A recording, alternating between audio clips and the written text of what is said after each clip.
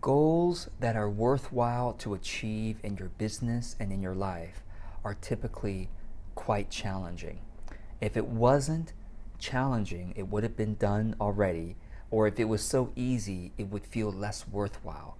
But typically, if you want to accomplish something important, it will come with many challenges, and you will have to manage your emotions and manage your mind in order to accomplish this project.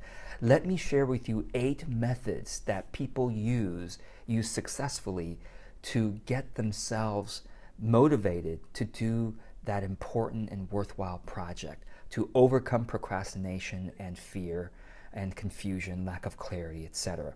As I share with you these 8 methods, I invite you to score them for yourself, because chances are it's not that all 8 are going to work for you perfectly, but that there are going to be some or one of these that's going to work for you amazingly well, and there are others that will not work for you but will work for other people. So score each of these 8 as I go along. You could score it from 0 to 10, 0 being it wouldn't work for you at all, 10 being that's amazing, it definitely will work for you. So and I'd love to actually know, as you watch this video, as you score it, you might just comment below the video. It'll help me to know what seems to be most effective for most of you, okay? So method number 1 is connecting to the big picture. And this tends to work well for people who love to dream about what's possible. So here's how you would use this. Take a moment, okay? And so let's say you've got an item on your to-do list that is challenging for you, or a project that you're working on that's difficult. Take a moment before you jump into the project. If you want to get more motivated, take a moment, okay, and think about a couple things. And if for those of you who are good at visualization, like seeing things in your mind's eye, you can do the visualization. But for those of you who aren't, you can write it down. Or for those of you who are more verbal, you might actually record your answers to this. An private audio recording. You can always listen back to this later to motivate yourself. So number 1, how does this action or project matter to the overall arc or overall plan or vision for your business or your life, whatever kind of project you're working on? Okay, that's number 1. Number 2, who is going to be impacted? Imagine the ripple effects of you completing this thing, okay?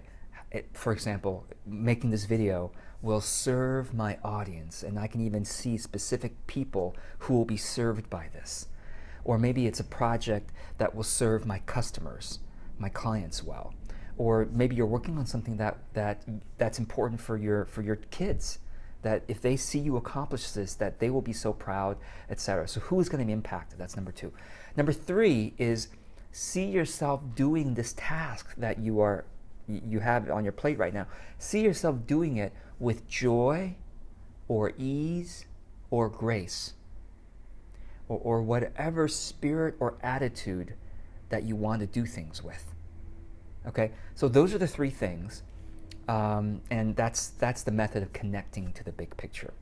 All right. The second method is having an accountability partner. This could be a daily accountability partner or a weekly. Weekly is usually a bit easier for people to agree to.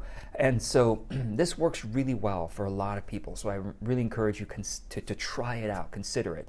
An accountability partner could be a friend, could be a colleague, it could be even someone you meet in this community. You can even comment below this video and say that you're looking for an accountability partner.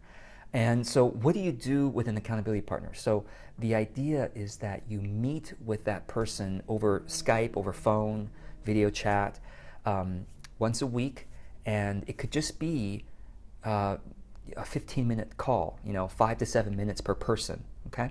Or if you're more chatty, you can go up to half an hour, or some people even do 1 hour. But start with 15 minutes and see how that goes. And in that call, I invite you to share 3 things, okay? Number 1, what progress would you like to celebrate? What did you get done since the last time you talked? Now, don't list off a whole list of to-do items. That's not useful. But talk about the 2 to 3 or 1 to 3 most significant things you got done that moved your business forward since the last time you and your partner talked, since really in the past week. Okay. Secondly, did you accomplish what you said you would accomplish in the last call? Okay. So at the end of each call, I really invite you to share what your action commitments are for this coming week, right? So really the second thing is, did you accomplish it? If you did not accomplish what you said you would, does that task still apply? Is it still important? And how will you do things differently this week in order to actually accomplish it? Is there something you can do differently? Chunking it down, or modifying the task, or going to a different environment in order to do it? Okay. If you did accomplish it, then the question is, wonderful, what will you accomplish then this coming week? What will you like to accomplish and celebrate the next time you talk? And the third thing to talk about is, how will you approach your work? What is the spirit from which you will approach your work? What's the attitude that you're going to embody as you do your work this coming week? Okay?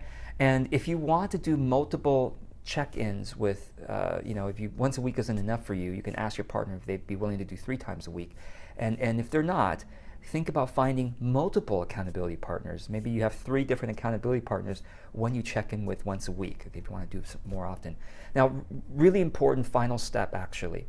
After the call, you must send your action commitments to your accountability partner, and you expect them and ask them to do the same. Research has shown that people who do this, who send their action commitments to their accountability partner, accomplish, on average, 77% more than people who did not write down their goals. Okay, so very important. Now, if for some reason scheduling a call doesn't work out, you could still send reports to each other over email. All right, the third motivational method is co-working. Co-working is when you get together with a group of people. It can be as small as 2 or 3 others, or 1 or 2 others, or it could be a larger group, and you you make an agreement that you're going to spend an hour or even half an hour, or it could be longer, it could be 2 or 3 hours, working in a focused way on a project that's important to you. So each person, as you can see, each person is working on a project or a task or a goal that's important to them. Okay, so you're not chatting among each other. You're working in a focused way, but you're doing it in camaraderie. You're doing it with, you might say, the energetic support, the moral support of others who are also working on their important project. I've been facilitating virtual co-working sessions for for 6 months now, and it's been amazing. We've gotten so much done, people who've come to the session. So I invite you to come to my virtual co-working sessions if you'd like. You can go to georgekao.com/coworking, COWORKING, and you can sign up for it there. One thing I find really helpful with co-working is to set a timer. So we do 25-minute segments, 25 minutes at a time. And so when we set a timer, everyone can see the timer. It gives a sense of focus, and it works really well. Okay, so the next motivational method is to create a public event promising a deliverable. What I mean is, for example, if you want to get an important project done, okay, you can announce it on Facebook, okay, to your friends and your network, saying, okay, I have this important thing I want to get done, and it's important enough for me to create an event, a webinar, a Google Hangout. It could be you could use Zoom.us or Google Hangout to do this, or Blab, BLAB.im. But you use you set a date and a time when you invite your friends and your colleagues to attend, even if it's for 15 minutes, okay, just to celebrate that you did that thing. Does that make sense? So you set a date and a time and invite people. It could be a virtual meeting where you promise that you will have done this thing, this big thing that's important to you. Now, here's the important thing: is don't make it such a stretch, such a difficult thing to do by that date that you will get all stressed out. That's not the point. The point is to choose a goal that is important to you, but that is not something you would just do without any motivation, but that it does take motivation, it does take focused and diligent work. It's a bit of a stretch for you, but you believe you can do it with the public accountability of your friends and colleagues. That makes sense? I have done this throughout the years. It's one of my favorite motivational methods. One thing I do use is this public motivational thing, a public meeting, public event, to deliver some content that I promise people I'm going to put together, teaching something that I know. Okay, so that's how I use it. All right, the next motivational method is to keep chunking it down. Keep chunking it down. What I mean is, and I use this a lot as well in my day-to-day work, when I find myself procrastinating, I write down two things. Okay, I have this project that I'm supposed to be working on and I'm procrastinating. I write down two things. Number one is and I write down in 1 or 2 lines, what is the end vision after completing this? Okay, I would like to complete creating 4 videos today, and I even include, because it will serve my audience and truly benefit their business, okay, for example.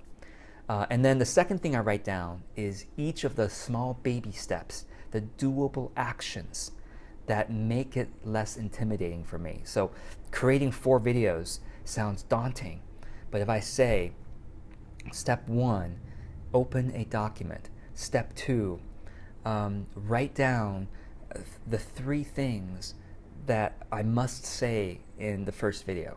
Step 3, write down the 3 things I must say in the second video, etc. So I kind of write down as in a granular way as possible what are the small steps that will allow me to then accomplish that bigger vision that I wrote down first. So chunk it down. I use this all the time. I encourage you to try it as well. The next motivational method is setting a small deadline.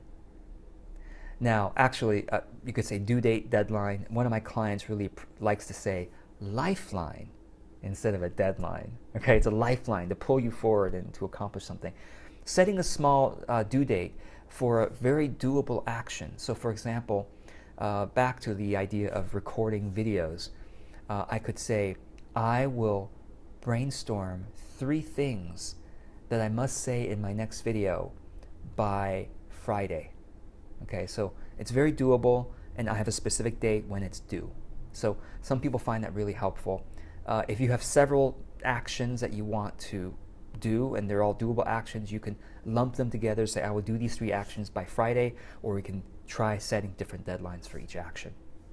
Okay, the next motivational method is to calendar in a time when you will be working on the project.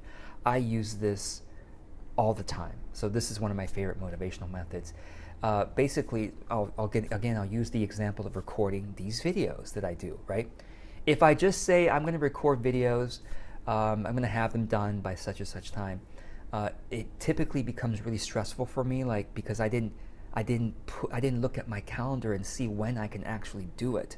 I have appointments with clients, I have appointments with other people, I have other things I need to do. When am I actually going to make the video? So it's very helpful for me and motivational for me to put a specific 2-hour slot on a Wednesday afternoon when I will be making my 4 videos, and that helps me out a lot.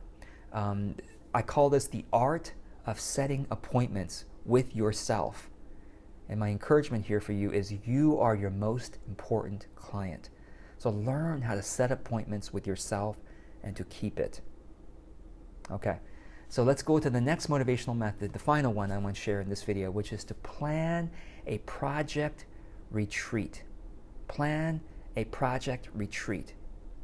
Now, this is useful for those of you who find yourselves distracted from your everyday environment in terms of not being able to get things done.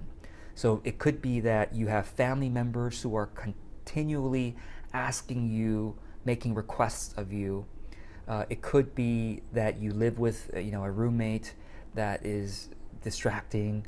It could just be that at home or in your office, you just have so many things calling out for your attention, so many things tempting you, that you find it hard to do your deep work, the work that will really move your career forward, okay, to move your business forward.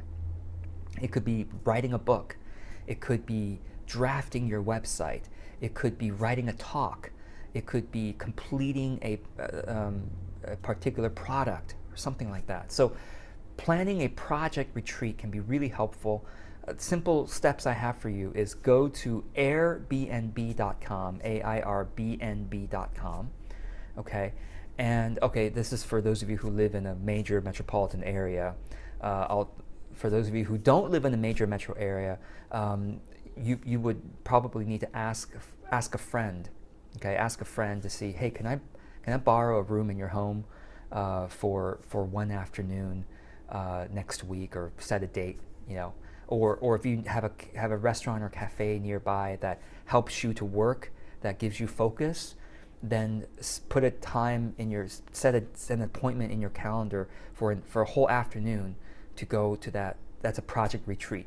Or if you use Airbnb, like I'm lucky to have in the Bay Area, you know, $60 I can get a nice room locally, okay, in, you know, overnight stay and plus a couple hours the next day, where I can focus without distractions and complete whatever important project that I've been procrastinating on. So the reason why this works is because when you go into a different environment, you don't have the same temptations. You don't have the same visual cues and audio cues that distract you.